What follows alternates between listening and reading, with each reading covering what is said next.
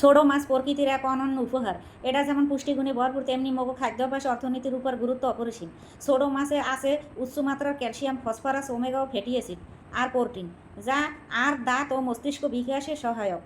বিশেষ করে শিশু ও গর্ভবতী নারীদের জন্য ছোট মাছ অত্যন্ত উপকারী খাওন। বাংলাদেশের মতো নদীমাতৃক দেশে ইলিশ, মলান্তি মাছ, ডেলা মাছ, পুঁটি মাছ, গুসা মাছ আর বিভিন্ন ধরনের ছোট মাছ স্থানীয় মানুষের প্রাণীজ প্রোটিনের চাহিদা পূরণ করে। এগুলো সহজলভ্য ও সাধ্যের মধ্যে থাকায় মগনাহান গরিব ও মধ্যবিত্ত সবাই এই সুবিধা নিতে পারে। তবে জলবায়ু পরিবর্তন, নদী দূষণ ও অতিমাত্রার মাছ ধরা ছোট মাছের অস্তিত্বকে হুমকির মুখে হালাইছে।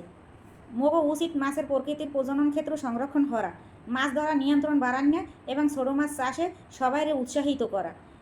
ছোট মাছ খালি পুষ্টির উৎস না, এটা মগো সংস্কৃতি ও ঐতিহ্যর অংশ।